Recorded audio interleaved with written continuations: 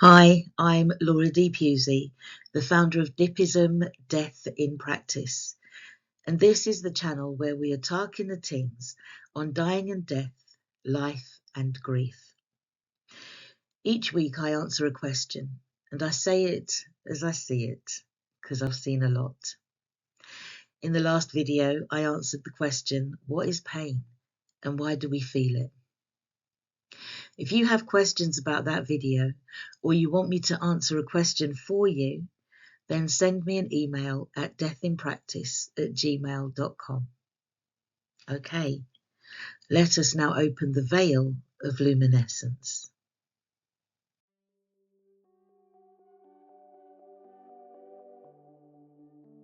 With the intention of infinite truths, by the pulse of sacred light, I call forth the veil of luminescence. I anchor this veil in sovereign light to transmute and contain all energetic imprints, attachments, and residues across all realms. The material plane, where grief etches into the body. The emotional plane, where sorrow swells and purges. The mental plane, where stories of loss seek resolution. The astral plane, where echoes of the departed linger. The interdimensional corridors, where ancestral and cosmic threads intertwine. The parallel universes, where grief and grace mirror each other. This veil, woven of remembrance and radiance, is encoded with clarity to discern what is yours and what is not. Containment to protect your field. Compassion to honour the sacred work of grief. Transmutation to alchemize pain into wisdom. Let this veil shimmer between worlds, holding space for the divinity of each soul, the teachings where presence dissolves suffering, the soul's awakening where death births depth, the healing where grief becomes grace. This veil is not a wall but a sacred membrane, allowing only what aligns with truth, love, and remembrance to pass through. By the breath of the infinite, by the pulse of the sacred, I seal this veil with sovereignty and light.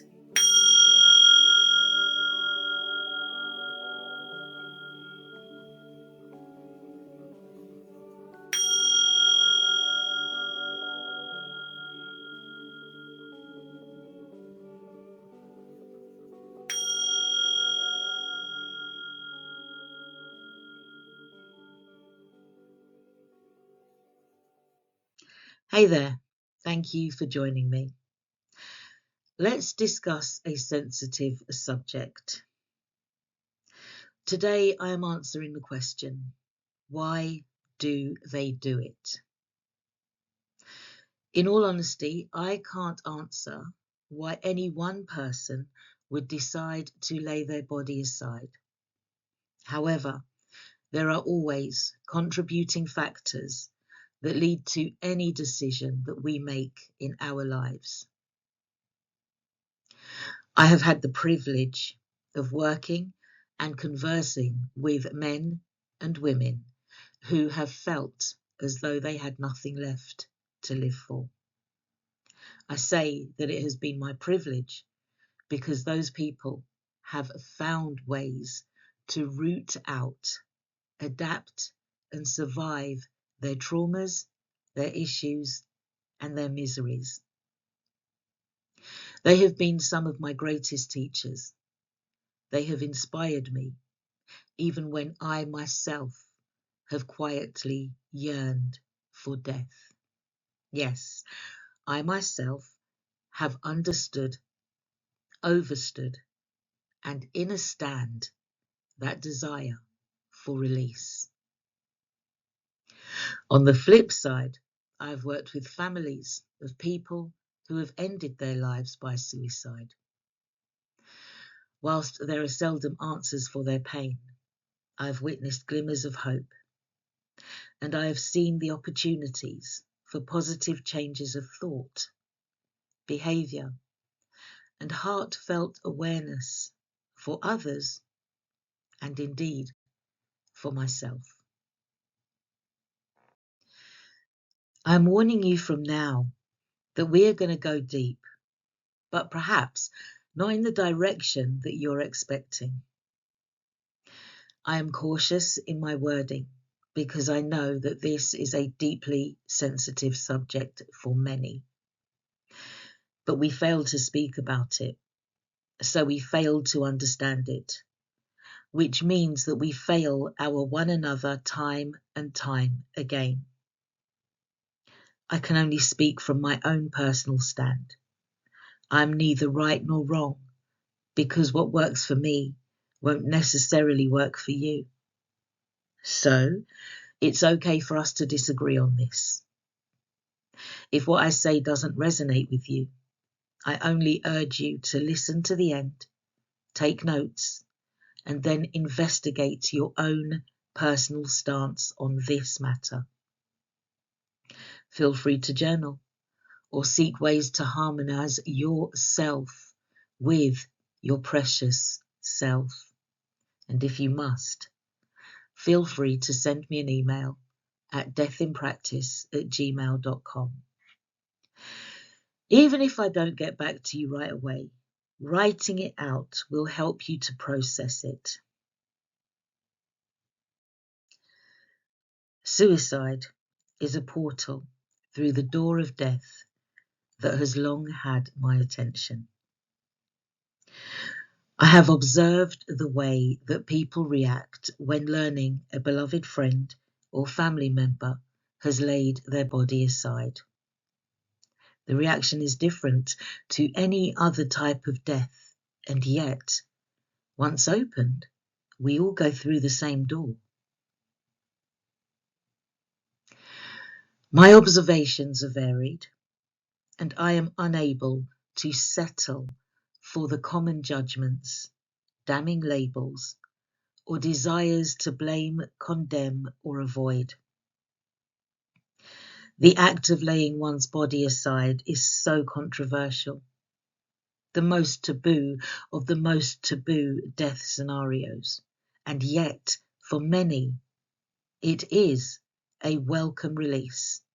It is an option, and it is a decision. A decision that is made on a far higher level than human awareness can currently comprehend. And perhaps it is a decision that is made far earlier in our journey through life than we can ever imagine. Every physical start has an end, and all occurrences of death are spiritual events. Just as birth is a very mystical and spiritual event, so too is the transition through death.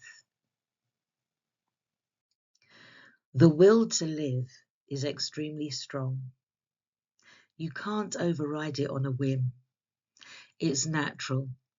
It's a multi-layered force within that is biological, it's psychological, it's inbuilt, and it is strengthened with meaning and our connections to others. When all meaning, connection, hope for the future, or direction are lost, when the light of living is so dim that the thought of living even for others is a thought too challenging to strive for, that will to live is easier overridden, and we can find ourselves becoming engulfed in the deepest and darkest energies of suicide. What you must understand is that no one is exempt from experiencing these energies. Energy is energy. They say it can't be destroyed, but it can be changed, diluted, transmuted, and even transformed. I have watched this energy transform in my own life and that of many of my clients. And I've realized that for a lot of people, many more than care to admit it, are engulfed with this energy of suicide. They live with it, work with it, and function seemingly as well as everyone else. But remember what I have said in many of my previous lectures. Everyone is grieving. And from now on, I will be reminding you also that everyone has a level of pain that is unspoken, simmering between the frequencies of mild, moderate, and severe. In my very first video, What is Death and Why Do We Die?, I quoted the prophet Cutty Ranks, who once stated that there are 6 million ways to die, and all we have to do is choose one. I explained that illness is a portal, and that when the door is ready to open, the spirit will surrender the body. Or maybe the compromised body will surrender the spirit.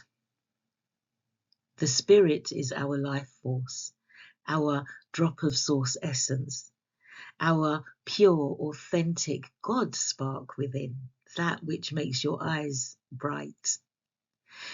If you check the etymology of the word spirit, it pertains to breath.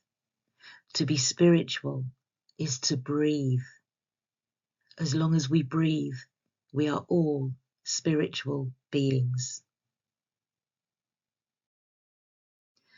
I spoke of pain in my last video and said that pain does not kill us. Our pain is perceived first in our minds. We judge it, categorize it under the level of severity, and then assign it to the part of the body or the mind that relates it, communicates it, so that we can respond to it. That's the body in action. It's fast acting, it's swift in its processing and automatic. It depends not on our opinion. It cares not for our time or circumstance. It is what it is. And that's why we all feel pain differently. It's personal, it's unique. And once we understand the nature of it, it is truly amazing. The energy of suicide is made manifest through the mental mind, and the pain, pressures, and stigmas surrounding mental imbalance is what actually kills us, all of us, at a different rate. Social perceptions of weakness, strength, and power keep us largely mute and chained to our pain. The life we are living is not natural. It is a constant struggle that the majority of us are masking our way through until we reach an honourable end. Working as we do is not natural. Being entertained as we are is not natural. The food we eat, whether we eat meat, are vegetarian or vegan, it's no longer natural. The water we drink is no cleaner than the air we breathe, and yet we are expected to continue to function at optimum speed in this dysfunction. And for what? Really, please think about it. Why do we carry on this world system? Why do we sethe for governments, for people who are equally dragging themselves along day by day, masked with the illusion of control over their lives and some kind of attainable success in this ever-changing world? Why? An honourable end is perceived as a death through physical sickness or by way of a sudden event that leaves the body unable to continue basic functions.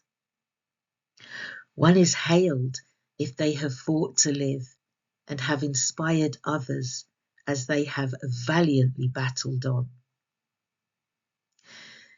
However, the act of suicide is deemed dishonourable, undignified, selfish and shameful for he who has attempted the act and for those who complete the action of laying their bodies aside. The battle is unrecognised because we can't feel the pain of another. The fight is so often ignorantly dismissed because we are all fighting to survive. And it is especially hard to detect the struggle in another when they show no signs of their internal pain. And quite rightly, there should be no inspiration, because for the door to open for this particular type of ending, the vibration of this person has entered realms of the spirit that most people cannot fathom. The person themselves can no longer be reached by those who do all that they can to save them. Oftentimes the personality of your beloved has actually already gone.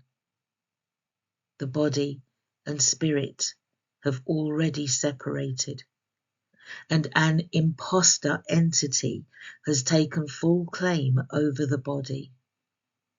Hence the expression, dead behind the eyes. Our lives are a tapestry, and when too many darkened threads become intertwined along our way, it can be hard to regain the material of our lives. It's not hopeless though. We can regain that control and we can reconnect with our innate will to live. January 2026 was the first time in a very long while that I myself have felt light and somewhat optimistic about the year ahead. It was the first time that I was waking up, not feeling like I was in a Groundhog Day that I desperately wished would end. I'm now hopeful for what might come. I have tried, and I have stamped my feet for my demise, and still each morning I rise.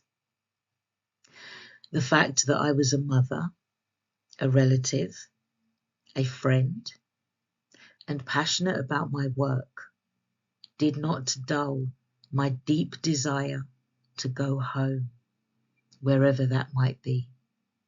In fact, my extensive death work, research, and spiritual exploration has all been in preparation for my own death.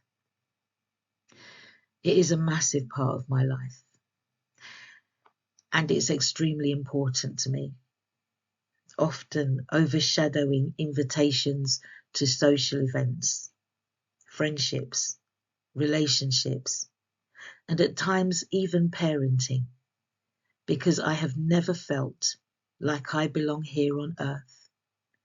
And many of my spiritual hobbies have backed up my ideations, stringing me along with false hope, month by month, year by year. They did keep me going. However, I have since laid them aside, and now I live. I'm speaking this because no one else will. This is a taboo subject. Nobody wants to talk about it.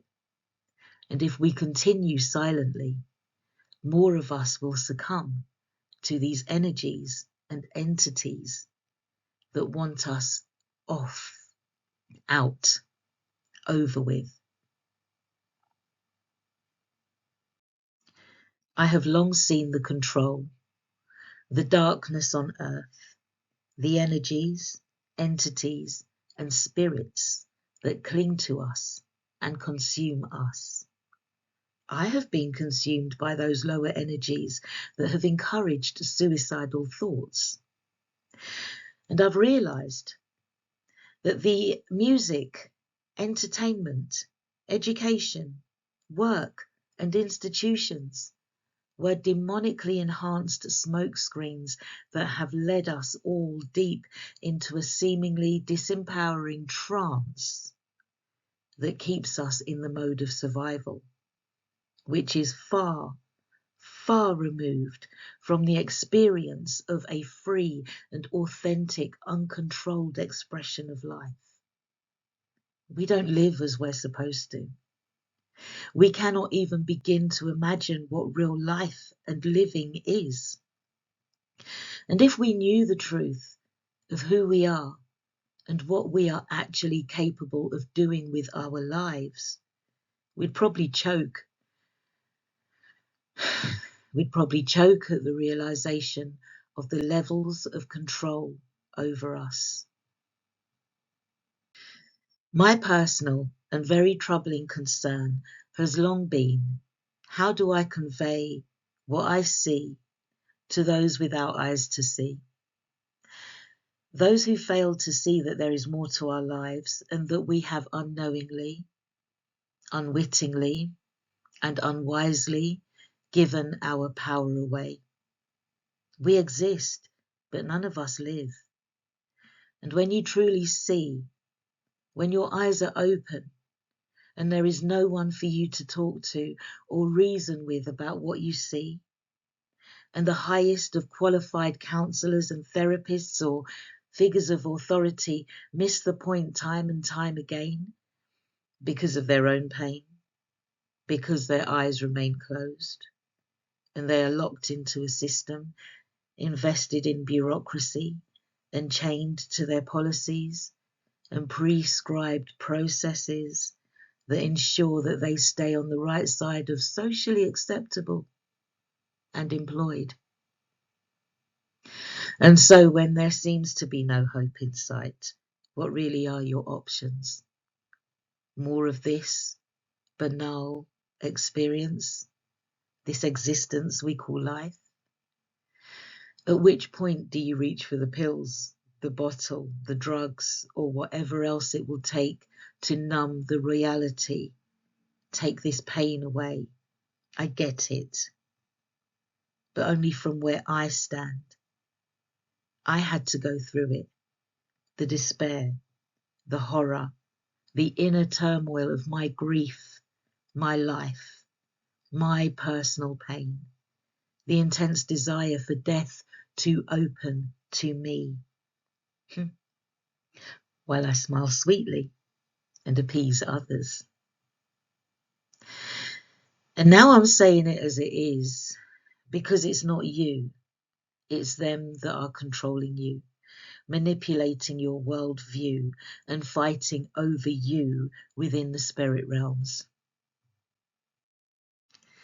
On my radio show, my guest, Edison Agbanji of ancestralessence.com, once said that when we are in good times, we make bad decisions. And when we are in bad times, we make good decisions. I'm sure we have all seen those we love make unwise decisions from their happy, comfortable, trance-like state. Let me explain something to you. We are all in a state of trance the majority of our days. We are seemingly in sound mind, but we are not always present and running the ship. Sometimes it's our anxious self or our assertive self, our angry or sad self. Sometimes it's our ego or our selfish. Sometimes our selfless self is making the decisions. That needy one or that part of ourself that needs to be loved, liked, or admired. And we make large and small decisions about our future every day, and we convince ourselves of our right action, only for some of us to be led down a path of pain and utter misery, worry, and destruction later on down the line. That is life. A previous client of mine contacted me late 2025 with a major discovery. Perhaps this was the truth that set me free. As I stated previously, I was raised within the cult of Jehovah's Witnesses, and whilst in it, I attempted to take my own life. Interestingly enough, I had never seen the scripture that was now being pointed out to me in the Bible book of Philippians, where the Apostle Paul stated that to live was labour and that he strongly desired the alternative. Many people, notable people throughout the years, have chosen the alternative because the reality of living at that point in time has been too hard for them to handle. Indeed, Cleopatra and many other infamous figures in history have fallen on their sword to decide their own fate.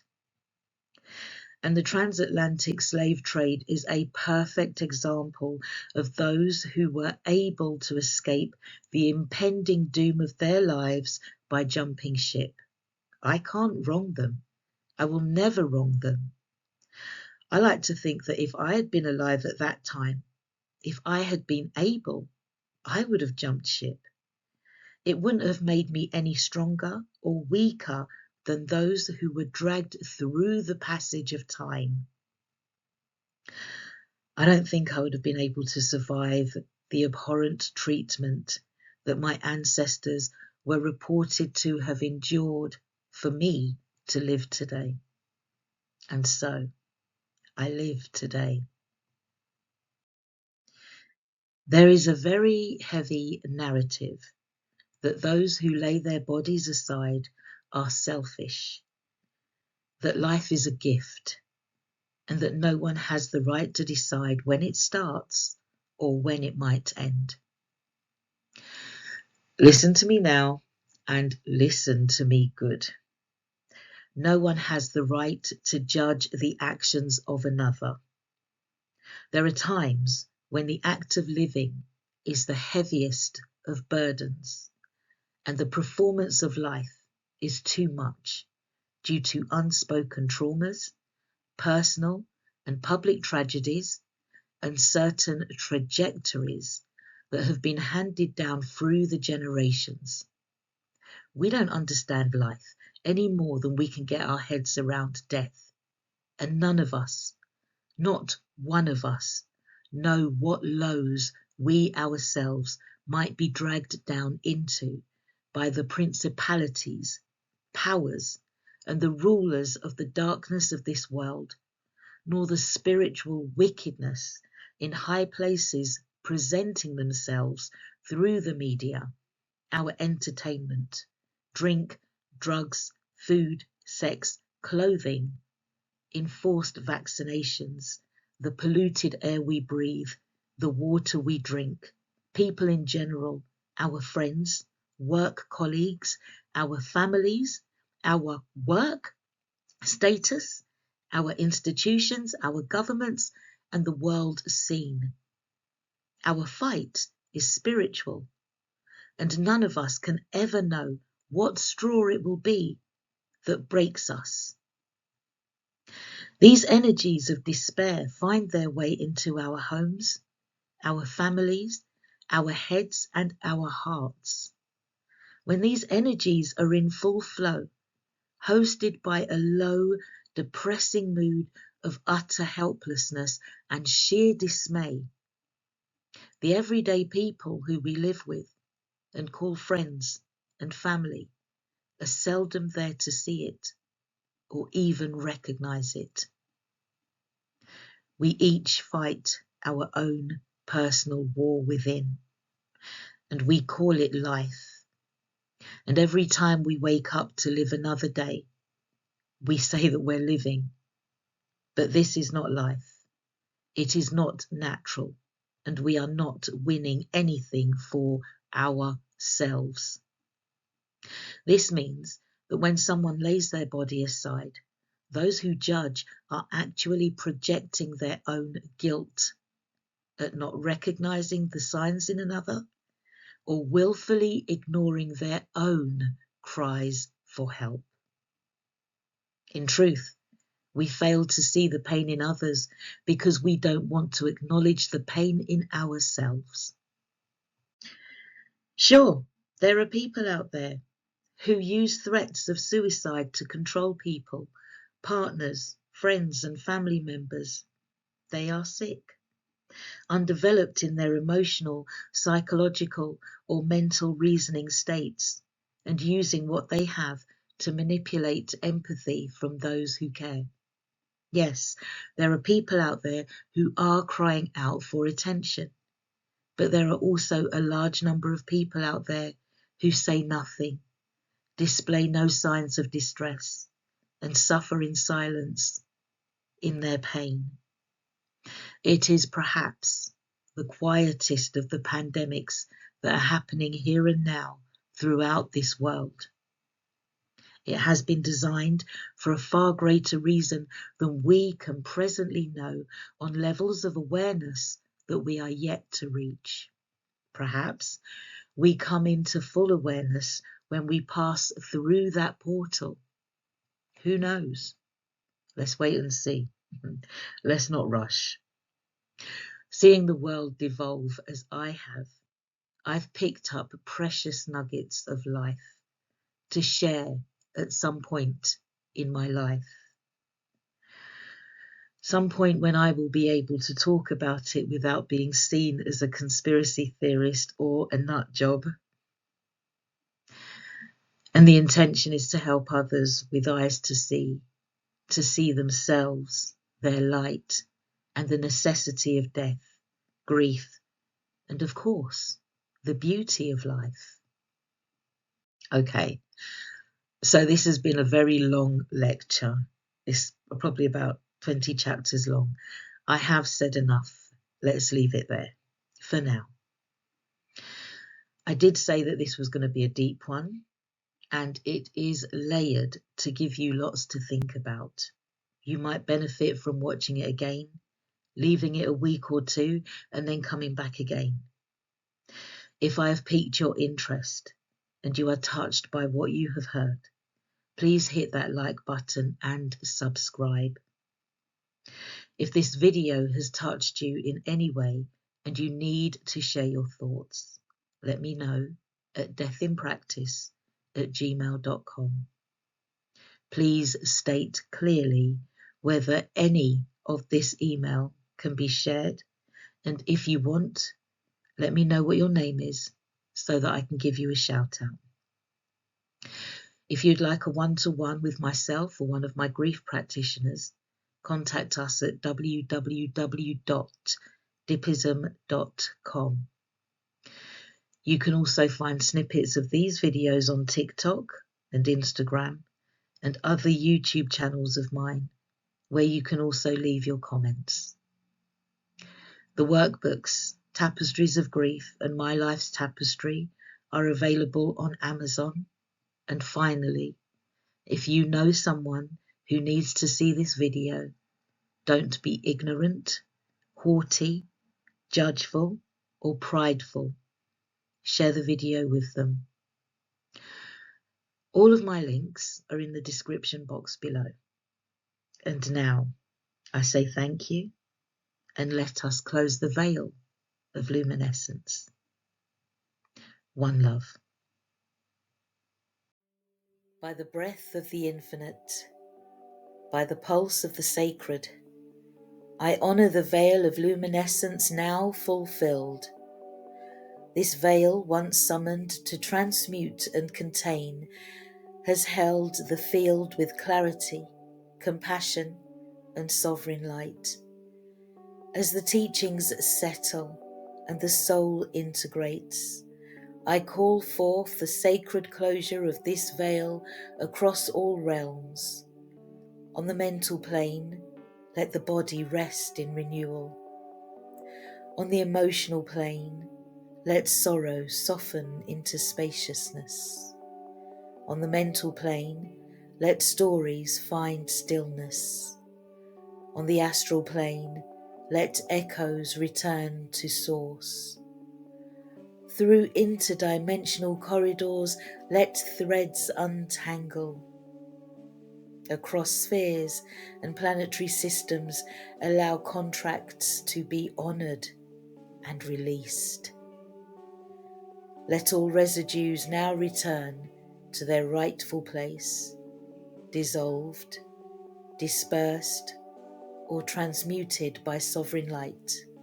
Let the veil fold inward, encoded with discernment to preserve what is true, containment to seal what is sacred, compassion to cradle what remains tender, and wisdom to carry forth what has been alchemized.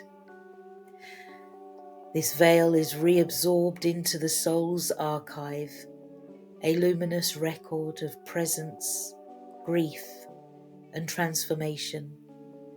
By the breath of the infinite, by the pulse of the sacred, I seal this veil with sovereignty and light.